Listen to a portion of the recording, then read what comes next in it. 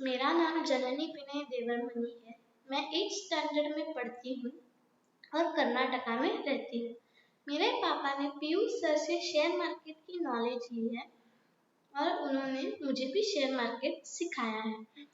तो मेरे पास जो नॉलेज है उसके जरिए आज मैंने फुटवेयर इंडस्ट्री के बारे में एक प्रेजेंटेशन तैयार की है, जिसको मैं आप सभी को आज एक्सप्लेन करना चाहती हूँ। तो हमारे लिए जो वेल्थ क्रिएटिंग कंपनीज होती है वो हमेशा हम लोग को ग्रोइंग इंडस्ट्री में से ही मिलती है। तो मेरे पास एक पैरामीटर है जिससे मैं मेरी ग्रोइंग इंडस्ट्रीज को फाइंड करती हूँ। तो अगर मेरी इंडस्ट्री 10% से ज़्यादा यानी इंडिया की जीडीपी ग्रोथ से ज़्यादा ग्रो करती है तो मैं ये कहती हूँ मेरी इंडस्ट्री इंडिया को आउट परफॉर्म कर रही है। इसलिए और अगर मेरी इंडस्ट्री 10% और 5% के बीच में ग्रो करती है तो मैं ये कहती हूँ करके मेरी इंडस्ट्री एक एवरेज ग्रोइंग इंडस्ट्री है। और मैंने जैसे ही फुटवेयर इंडस्ट्री को देखा मुझे लगा मुझे इसका रिसर्च करना चाहिए। तो आइए फुटवेयर इंडस्ट्री के बारे में कुछ जानेंगे। तो फुटवेयर इंडस्ट्री में 9 कंपनीज है और उन 9 कंपनीज का टर्नओवर के एडिशन के बाद फुटवेयर इंडस्ट्री का इस साल का टर्नओवर 8635 करोड़ हुआ है। इस नंबर को देख के मुझे ये लग रहा है करके ये तो बहुत कम है, लेकिन नहीं, फुटवेयर इंडस्ट्री 50,000 करोड़ की इंडस्ट्री है इंडिया में। लेकिन जो उसके मेजर सेल्स करने वाले कंपनियां नाइकी, पूमा, आदिदास वो सारे अभी तक लिस्टेड नहीं है, क्योंकि इंडिया की जीडीपी पर कैपिटा भी उतनी नहीं है करके लोग ब्रांडेड शूज अफोर्ड कर पाए। अभी जैसे जैसे हमारी इंडिया की जीडीपी पर कैपिटा भी बढ़ती जाएगी वैसे लोग ब्रांडेड शूज को और अफोर्ड कर पाएंगे और हमारी लिस्टेड कंपनीज भी और ग्रो करेंगी। तो यहाँ पे मेरे पास जो 9 कंपनीज है उसमें से मुझे बेस्ट कंपनीज को सिलेक्ट करना है। इसके लिए मेरे पास 3 पैरामीटर है, सेल्स लीडर, आरओई लीडर और एनपीएम लीडर। तो आइए उनके देखते हैं। पहले मैं सेल्स को लार्जेस्ट टू स्मॉलेस्ट सॉर्ट कर लूँ तो मुझे ये पता चल रहा है करके फुटवेयर इंडस्ट्री का 80% धंधा बाटा, रिलैक्सो और मिर्जेंट इंटरनेशनली करती है। इसलिए मैं इन 3 कंपनियों को सेल्स लीडर की तरह कंसीडर करती हूँ। अभी आरओई यानी रिटर्न ऑन इक्विटी, जो कंपनी मार्केट से इक्विटी लेती है वो कंपनी उस इक्विटी को कितनी बार रीपेमेंट कर सकती है। इसलिए आरओई लीडर्स ढूंढने के लिए हम लोग इसको भी लार्जेस्ट टू स्मॉलेस्ट सॉर्ट कर लेंगे। तो यहाँ पे मुझे ये पता चल रहा है पूरे सेक्टर के एवरेज से ज्यादा सिर्फ रिलैक्सो और बाटा ही आरओई दे रहे हैं, तो मैं इन दोनों कंपनियों को ही मेरे आरओई लीडर्स कंसीडर करती हूँ। अभी एनपीएम लीडर्स यानी नेट प्रॉफिट मार्जिन, जो कंपनी का सेल्स होता है उसमें से हमको जो नेट प्रॉफिट मिलता है यानी एक्सपेंस और लोन सब कुछ माइनस करने के बाद हमको जो नेट प्रॉफिट मिलता है उसको अगर हम लोग परसेंटेज फॉर्म में देखें तो वो हमको नेट प्रॉफिट मार्जिन देता है।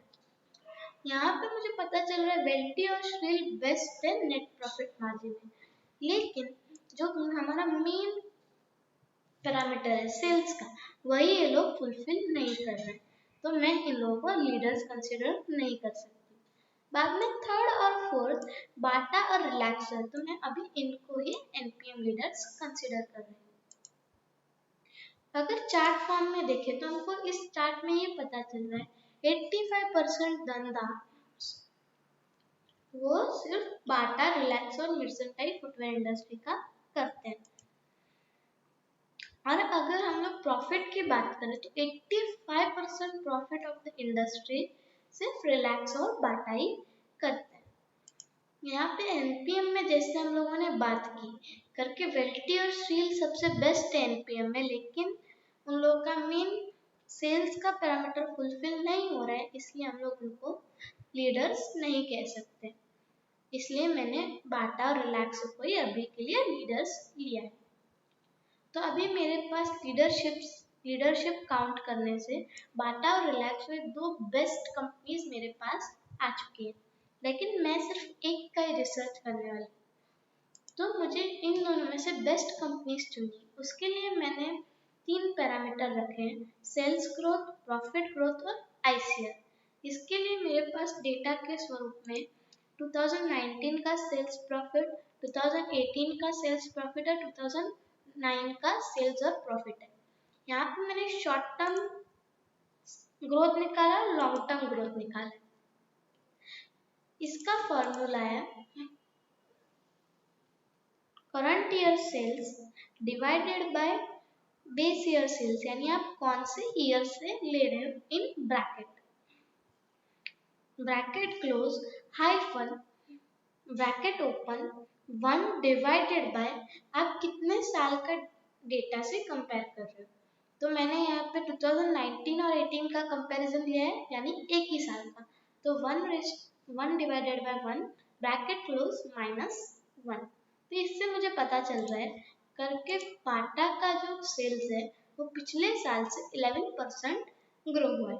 वैसे ही मैंने यहाँ पे लॉन्ग टर्म और शॉर्ट टर्म के प्रॉफिट और सेल्स के निकाल लिए हैं ग्रोथ। इन दोनों का अगर मैंने एवरेज निकाला तो मुझे ये लग रहा है करके मेरी फुटवेयर इंडस्ट्री, जिसका मेजर टर्नओवर सब कुछ बाटा और रिलैक्सो ही करते हैं, वो कुछ इस फॉर्मेट में ग्रो हो रही है। 12% से सेल्स में पिछले 10 सालों से और 15% में प्रॉफिट में पिछले 10 सालों से।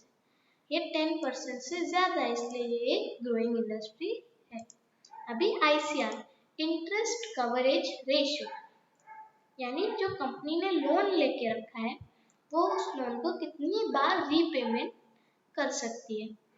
उसके लिए मैंने total income minus expenditure divided by interest किया। तो मुझे ये पता चल रहा है करके मेरी कंपनी जो बाटा है वो 153 टाइम्स अपना लोन पे कर सकती है अपने इनकम के जरिए। अभी अगर हम लोग मैनेजमेंट की बात करें तो यहाँ पे मेरे पास फंड है जिसको मैंने डेब्ट और इक्विटी, यानी जो उसने मार्केट से पैसा लिया था और लोन के स्वरूप में लिया था, उससे मुझे फंड मिला करके वो कितने रुपए से कंपनी स्टार्ट हुई थी। 72 करोड़ से रिलैक्सो स्टार्ट हुआ था और बाटा 414 करोड़ से स्टार्ट हुआ था। यहाँ पे मुझे एक ह्यूज डिफरेंस दिख रहा है, लेकिन अभी जब 2019 आया तब इन दोनों की कंडीशन ऑलमोस्ट सेम है। इससे मैं ये कह सकती हूँ करके Relaxo is a smart company करके वो कम पैसे में बाटा जितना, जो ज्यादा पैसे में भी उतना ही धंधा कर पाई जितना रिलैक्सो कम पैसे में उस ज्यादा धंधा कर पाई। इसलिए मैं ये कह रही हूँ करके Relaxo is the best company of the footwear industry. तो अभी हम लोग रिलैक्सो के बारे में कुछ जानेंगे। अभी यहाँ पे मेरे पास रिलैक्सो की जर्नी है, जिसमें मुझे ये पता चल रहा है रिलैक्सो 1976 में लॉन्च हुआ था और उसका आईपीओ 1995 में लॉन्च हुआ था। उसका फर्स्ट प्लांट हरियाणा में सेटअप हुआ था। 2000 में उसने अपने हरियाणा के प्लांट की कैपेसिटी बढ़ा दी। 2005 में रिलैक्सो ने अपने फेमस ब्रांड फ्लाइट और स्पार्क्स को लॉन्च किया था और अपना फर्स्ट कोको स्टोर को ओपन किया था। 2007 से रिलैक्सो ने अपने एक्सपोर्ट्स को स्टार्ट कर लिया। 2013-14 ये जो ईयर्स थे वो रिलैक्सो के लिए बिजनेस ट्रांसफॉर्मेशन ईयर्स थे, जिसमें उसने टॉप ब्रांड एम्बेसडर्स को साइन किया, अपनी डिस्ट्रीब्यूशन चेन को और भी स्ट्रॉन्ग किया, अमेजॉन, फ्लिपकार्ट जैसी मेजर ई कॉमर्स प्लेटफॉर्म पे अपना ब्रांड्स को लॉन्च किया और अपने पोर्टफोलियो में और डिमांडिंग ब्रांड्स को ऐड किया।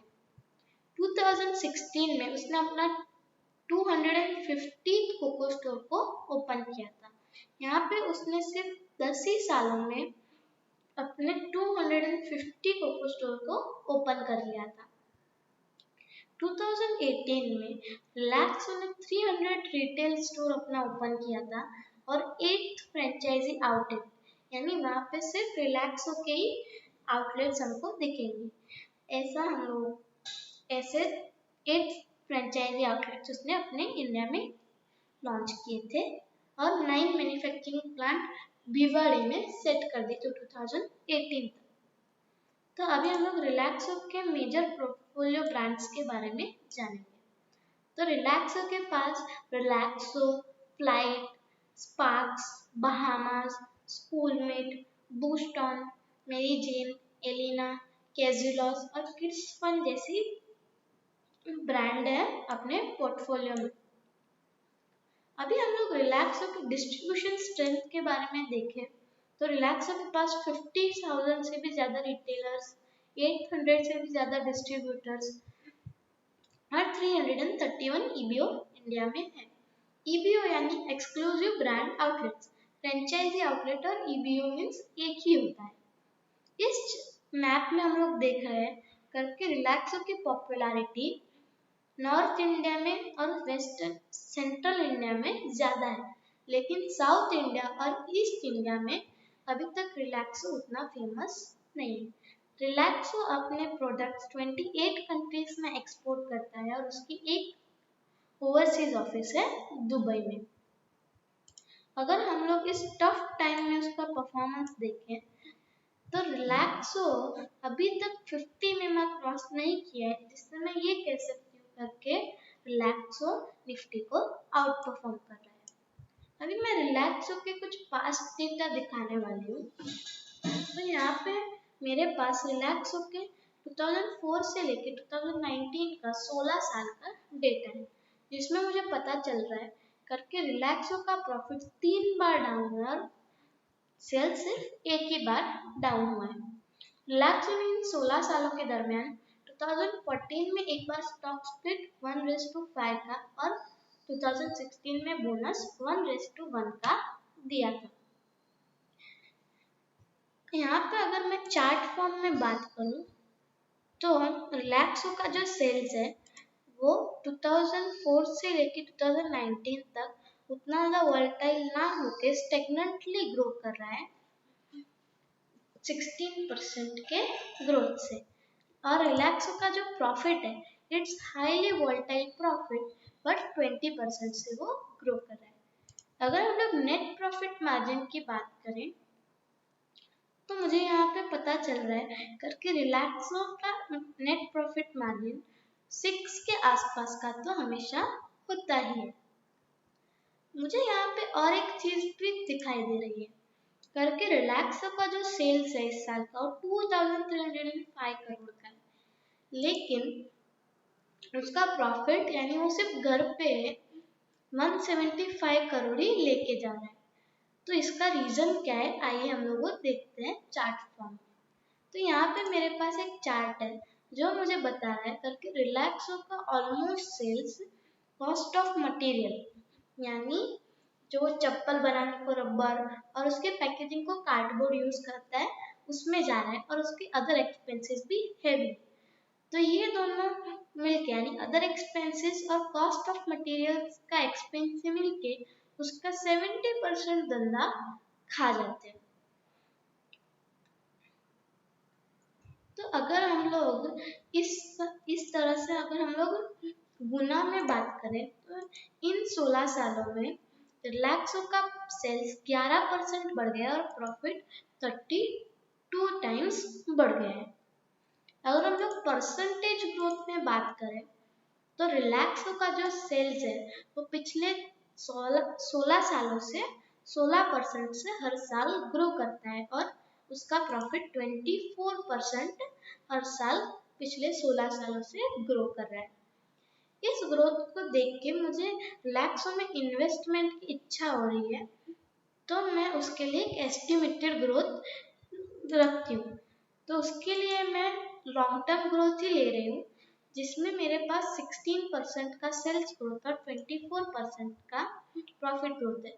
लेकिन अगर कोई भी ग्रोथ 20% से ज़्यादा हुआ तो हम लोग उसको सिर्फ 20% ही कंसिडर करेंगे। ईपीएस का ग्रोथ भी मैं 20% ही कंसिडर करूंगी, क्योंकि प्रॉफिट और ईपीएस हमेशा कनेक्टेड होते हैं। तो मुझे इसमें इन्वेस्टमेंट की इच्छा हो रही है, इसलिए मैं इसमें आगे की रिसर्च करने वाली हूँ। उसके लिए मैंने इसमें उसके वैल्यूएशंस निकाल के रखे। बाद में मैंने उसका पी ढूंढा, यानी पी ढूंढ के रखा है। तो पी हमको ये बताता है करके आप एक एक्स अमाउंट अर्न करने को, यानी ईपीएस को अर्न करने को कितना टाइम्स पैसा उस कंपनी को दे रहे हो। चलिए हम लोग इसको एक इजी एग्जांपल के तौर पे समझते। तो मैंने एक 100 रुपीज का शेयर लिया और उसके ऊपर मुझे 5 रुपीज का ईपीएस मिल रहा है।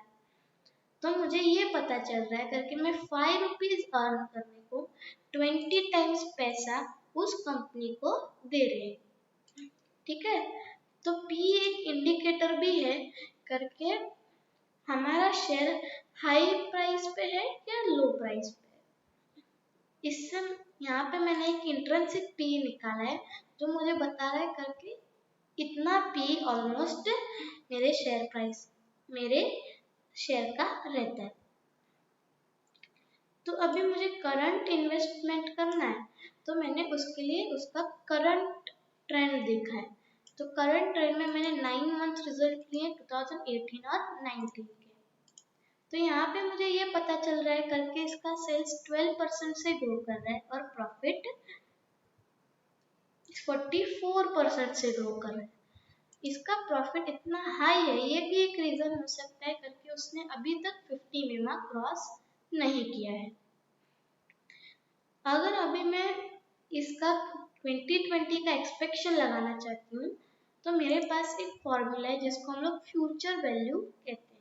इसके लिए मुझे 3 चीजें चाहिए, ग्रोथ रेट, कितने नंबर ऑफ ईयर्स और प्रेजेंट वैल्यू। तो उसके लिए पहले मैं इसको फॉर्मूला इस तरह से करूंगी, इज इक्वल टू एफ3 ब्रैकेट ओपन, मैं इतने परसेंट से इसका 12% से इसका ग्रोथ चाहती हूँ, कॉमा कितने साल के लिए, 1 साल के लिए चाहती हूँ।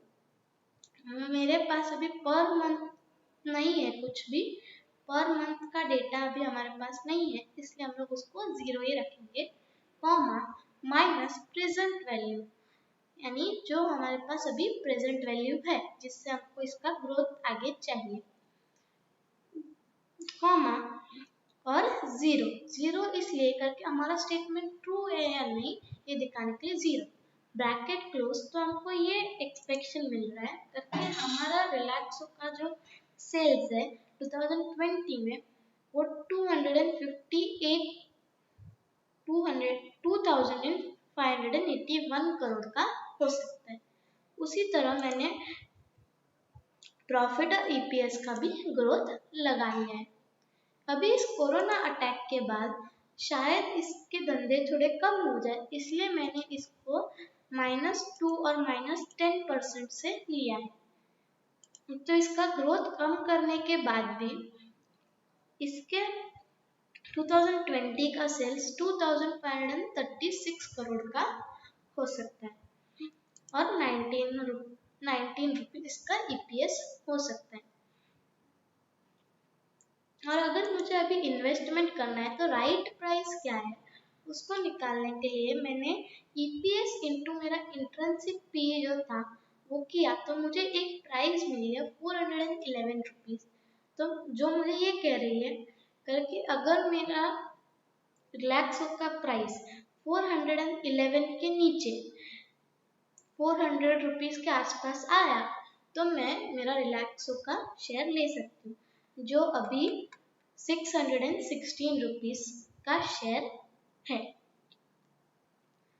अगर मेरे पास ये शेयर आज होता तो 2030 के एक्सपेक्टेशन के हिसाब से 2030 में मेरा शेयर 2280 रुपीज का शेयर बन चुका होता, जो आज मैं 411 रुपीज में खरीदती। 2030 आते आते मेरा 90 पैसे का जो बोनस है 14 रुपीज 90 पैसे का जो डिविडेंड है 14 रुपीज के EPS पे वो शायद 11 रुपए हो सकता था। अभी मैं कुछ डिस्क्लोजर देखना चाहती हूँ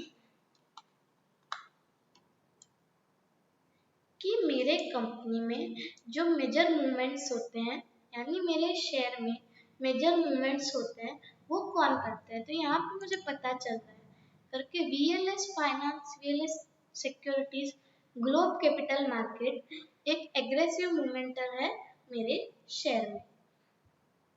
अभी अगर हम लोग शेयर होल्डिंग पैटर्न देखें तो मुझे ये पता चल रहा है 2004 में मेरा शेयर 100% शेयर्स में से मेरे रिलैक्स होके 100% शेयर्स में से 24% शेयर्स रिटेलर्स में और 76% शेयर्स प्रमोटर्स में थे। उनमें कोई म्यूचुअल फंड में इन्वेस्ट नहीं किया था, फाइनेंशियल इंस्टीट्यूशंस ने इन्वेस्ट नहीं किया था। लेकिन अभी 2020 आते आते प्रमोटर्स ने अपने शेयर्स कम कर दिए नए रूल के तहत। उन लोगों के शेयर्स अभी 72% हो गए और जैसे जैसे हमारा शेयर ग्रो हुआ वैसे वैसे प्राइस हाई होने की वजह से रिटेलर्स ने अपना इन्वेस्टमेंट निकालना चालू कर दिया और इन्हीं मौकों का फायदा उठा के मेजर कंपनीज जैसे कि म्यूचुअल फंड्स है, फॉरेन इन्वेस्टर्स है, ये सभी VLS सिक्योरिटीज है, VLS फाइनेंस है, ये सभी ने अपना इन्वेस्टमेंट में रिलैक्सो एक ग्रोइंग इंडस्ट्री है इसलिए इसमें किया। तो इससे मुझे पता चल रहा है करके रिलैक्सो एक ग्रोइंग इंडस्ट्री, एक ग्रोइंग कंपनी है जिसमें मेजर जो म्यूचुअल फंड्स, इंश्योरेंस, बड़े बड़े कंपनी ज्यादा इंटरेस्ट दिखाते हैं। तो इस हिसाब से मैं कह सकती हूँ करके रिलैक्सो एक वेल्थ क्रिएटर कंपनी है। Thank you. मेरे इस प्रेजेंटेशन के पीछे, मेरे इस प्रेजेंटेशन में पीयूष सर के ऑनलाइन ट्रेनिंग का भी बहुत हेल्प हुआ है। मेरे इस प्रेजेंटेशन में पीयूष सर ने भी मुझे ऑनलाइन ट्रेनिंग के जरिए बहुत हेल्प किया। उनके ऑनलाइन ट्रेनिंग ने मुझे बहुत हेल्प किया, इसलिए मैं इस बार पीयूष सर का भी थैंक यू कहना चाहती हूँ। Thank you.